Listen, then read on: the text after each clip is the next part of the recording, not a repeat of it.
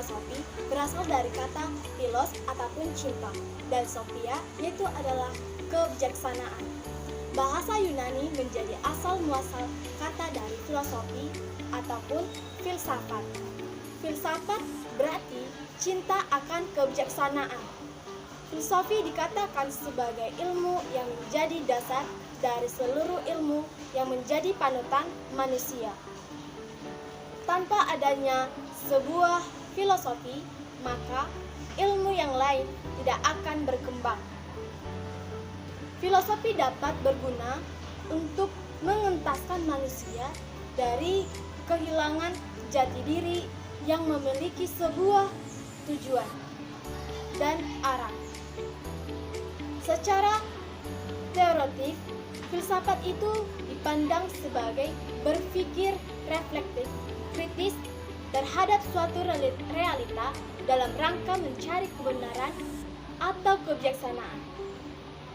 Di sisi yang lain, pendidikan adalah upaya untuk mengembangkan potensi-potensi manusia beserta baik potensi fisik, potensi cipta, rasa, maupun karsanya, agar potensi itu menjadi nyata dan dapat berfungsi dalam perjalanan hidupnya.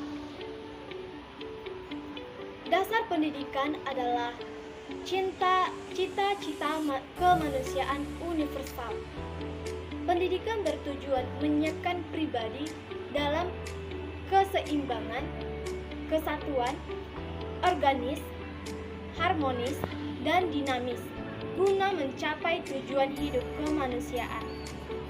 Filsafat pendidikan adalah filsafat yang digunakan dalam studi mengenai masalah-masalah pendidikan. Latar belakang historis filosofi pendidikan Ki Hajar Dewantara. Ki Hajar Dewantara berasal dari lingkungan keluarga keraton Yogyakarta.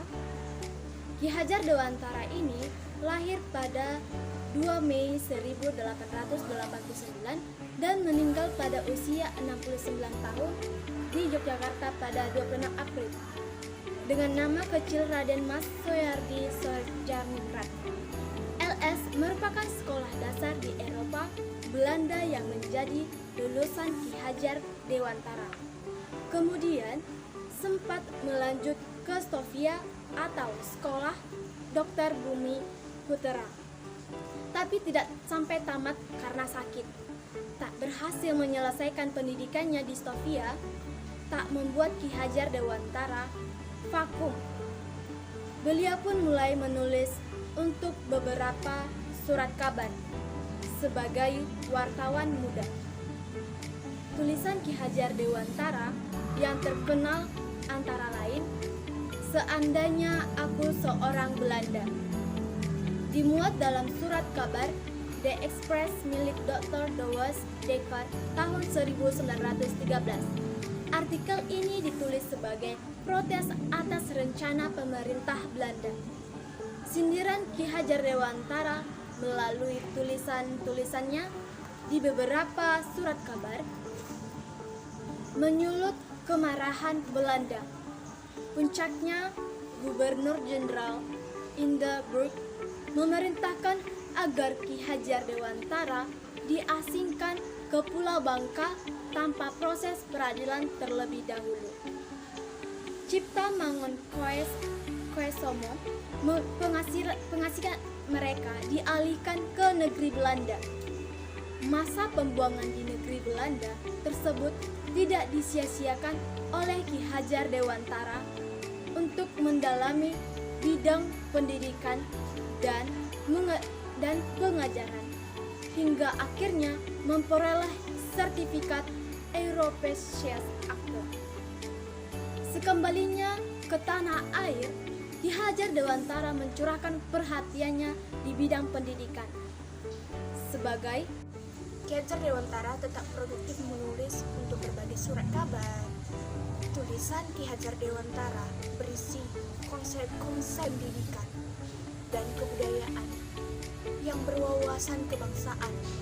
Ki Hajar Dewantara mempunyai semboyan, yaitu Tuturi Handayani, atau artinya dari belakang seorang guru harus bisa memberikan dorongan dan arahan. Dan ing madya mangunkarsa atau di tengah atau di antara murid, guru harus menciptakan prakarsa dan ide. Dan ing karsa sungtulanda atau di depan seorang pendidik harus memberi teladan atau contoh tindakan yang baik terhadap murid. Menurut Ki Hajar Dewantara, pendidikan tuntutan di dalam hidup tumbuhnya anak-anak. Adapun tujuannya adalah menuntut segala kekuatan kodrat ada pada anak-anak itu agar mereka sebagai manusia dan anggota masyarakat dapatlah mencapai keselamatan dan kebahagiaan setinggi-tingginya. Ki Hajar Dewantara pernah melontarkan konsep belajar 3 dinding. Kalau kita mengingat masa lalu, ketika masih di bangku sekolah, bentuk ruang kelas kita rata-rata adalah persegi 4. Nah, Ki Hajar menyarankan ruang kelas itu hanya dibangun sisi dinding saja. Ada satu sisi yang terbuka. Dengan ada satu dinding yang terbuka, maka seolah hendak menegaskan tidak ada batas atau jarak antara di dalam kelas dengan realita di luar.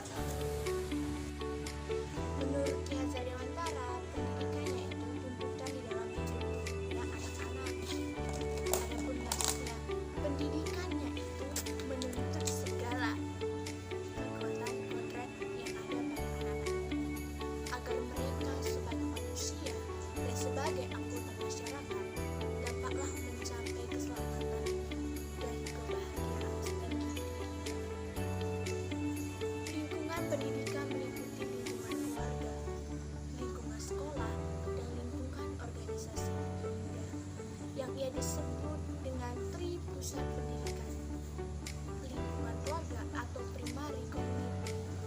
Pendidikan keluarga berfungsi yang pertama sebagai pengalaman pertama masa kanak-kanak, yang kedua menjamin kehidupan emosional anak, dan yang ketiga yaitu menanamkan dasar pendidikan moral, keempat memberikan dasar pendidikan sosial, dan yang kelima meletakkan dasar-dasar pendidikan agama bagi anak. Lingkungan sekolah tidak semua tugas mendidik dapat dilaksanakan oleh orang tua dalam keluarga. Fungsi sekolah antara lain yang pertama, sekolah membantu orang tua mengerjakan kebiasaan-kebiasaan yang baik serta menanamkan budi pekerti yang baik. Sekolah memberikan pendidikan untuk kehidupan dalam masyarakat yang sukar atau tidak dapat diberikan di rumah. Dan yang ketiga, sekolah melatih anak-anak memperoleh kecakapan seperti membaca, menulis, berhitung, menggambar, serta ilmu-ilmu lain yang sifatnya mengembangkan kecerdasan dan pengetahuan anak tersebut. Dan yang keempat, di sekolah diberikan pelajaran etika keagamaan, estetika membedakan moral. Lingkungan organisasi pemuda, peran organisasi pemuda yang terutama adalah mengupayakan pengembangan sosialisasi kehidupan pemuda. Filosofi Sokrates dalam sejarah filsafat. Sokrates adalah salah seorang pemikir besar kuno 470 sampai 399 sebelum Masehi. Yang gagasan dan filosofi dan metode pengajarannya sangat mempengaruhi teori dan praktik pendidikan. Di seluruh dunia barat, Sokrates lahir di Athena dari seorang pemahar atau Soponikus dan seorang bidan atau Taranate yang tidak begitu dikenal. Di antara pemikiran pendidikan yang berasal dari Sokrates adalah metode dialektis.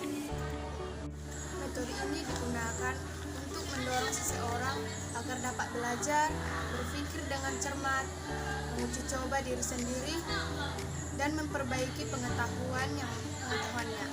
Dengan berpikir, manusia akan mampu menertibkan, meningkatkan, dan mengubah dirinya sehingga menjadi orang yang sungguh-sungguh mengetahui dan mengerti apa yang benar dan dapat menyadari konsekuensi akan perbuatan yang benar. Sehubungan dengan ini, ia berpendapat bahwa seorang guru tidak boleh memaksakan gagasan-gagasan atau pengetahuannya kepada seorang siswa, melainkan yang penting adalah menuntut para siswa untuk dapat mengembangkan pemikirannya sendiri dengan berpikir secara kritis.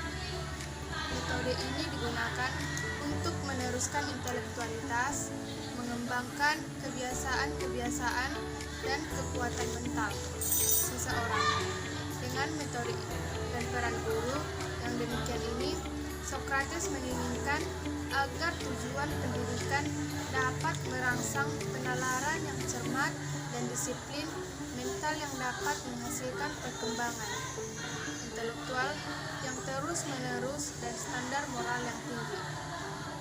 Berdasarkan uraian tersebut di atas, dapat diketahui bahwa sekalipun Sokrates tidak membangun suatu sistem filsafat yang luas serta tidak menggali secara mendalam bidang psikologi, emosi, motivasi, kebiasaan, dan aspek-aspek lain dari proses pengetahuan, tetapi ia membuat suatu permulaan yang besar dalam membangun konsep-konsep dan metode-metode yang lebih luas, lebih sungguh-sungguh dan efektif dalam bidang pendidikan. Sokrates telah menyumbangkan pemikirannya pada 4 aspek penting, yaitu 1. Pemikiran tentang tujuan pendidikan, pemikiran tentang metode pengajaran, dan pemikiran guru tentang yang demokratis dan humanis, pemikiran tentang kurikulum.